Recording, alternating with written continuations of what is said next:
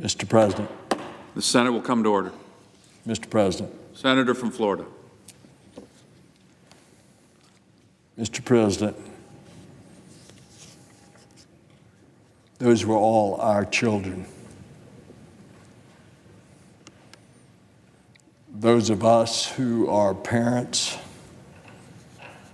you can imagine the parents of those children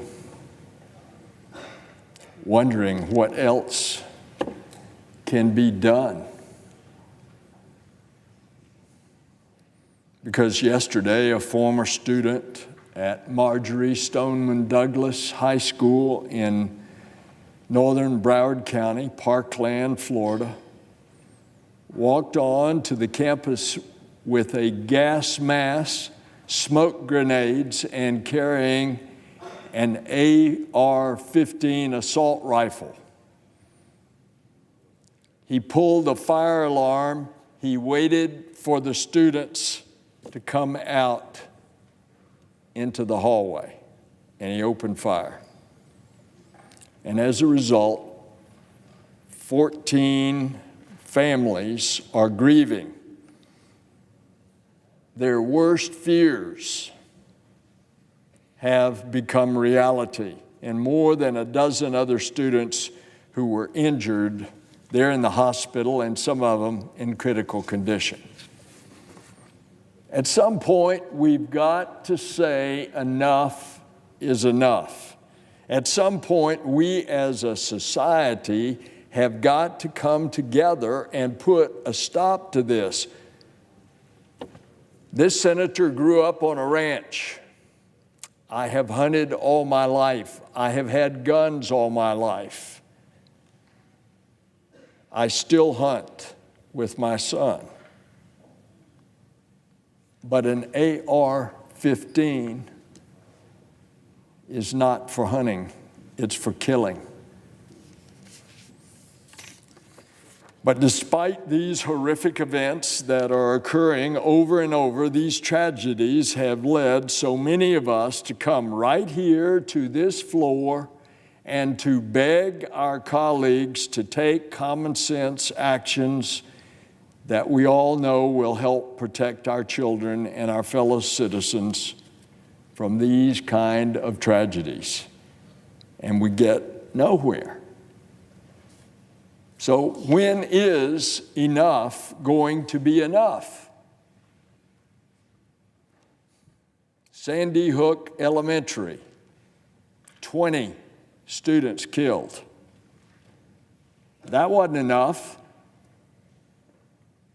The Pulse nightclub in Orlando, 49 people killed, a terrorist. That wasn't enough. Las Vegas, 58 people killed. That wasn't enough. Or just a year ago in the same county as the Parkland murders, Broward County, Fort Lauderdale Airport, 5 people killed. That wasn't enough. Now, this high school, 17 killed, some as young as 14 years old. So when is enough going to be enough? This senator has spoken to local officials on the ground. I've spoken to the superintendent of the schools, who in his own way is going through the grieving process. I've spoken to the FBI, I've spoken to the sheriff's department to make sure that they have everything they need. But when I finish talking to these folks, and as we get through with the Dreamer legislation today, I'm headed down there. And when I go to the hospital and see the families and see the hospital victims, all I can think is, how many more times are we going to have to go through this?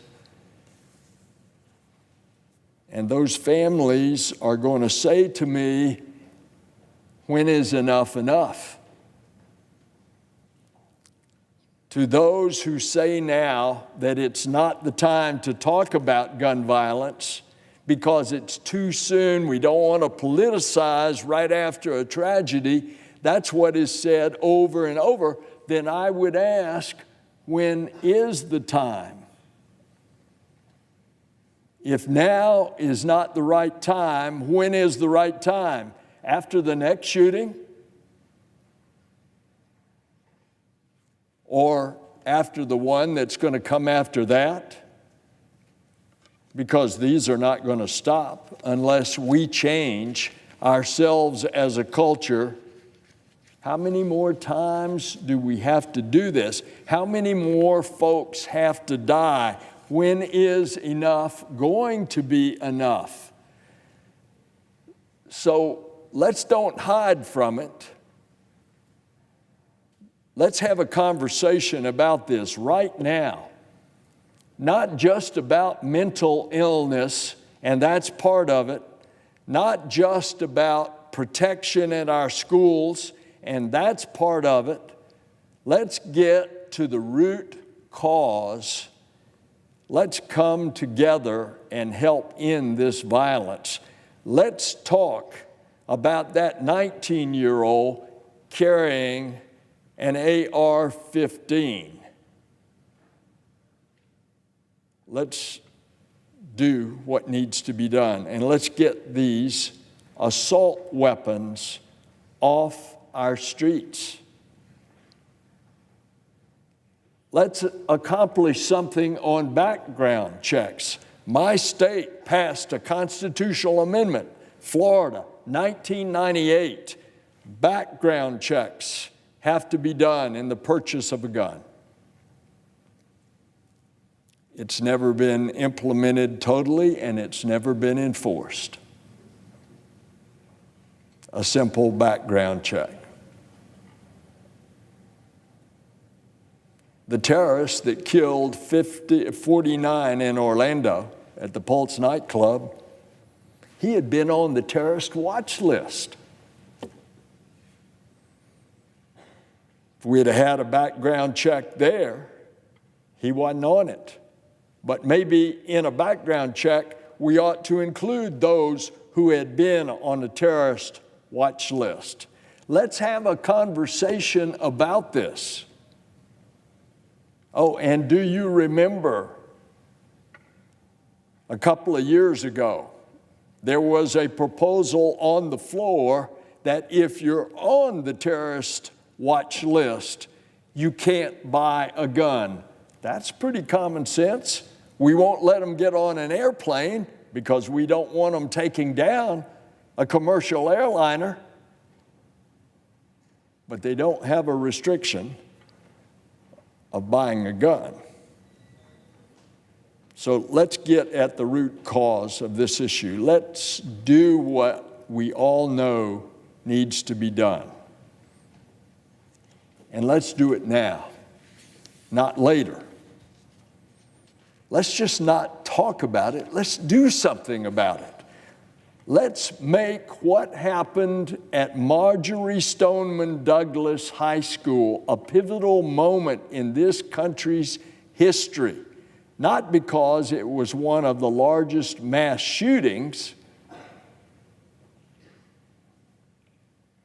but hopefully because it was the last.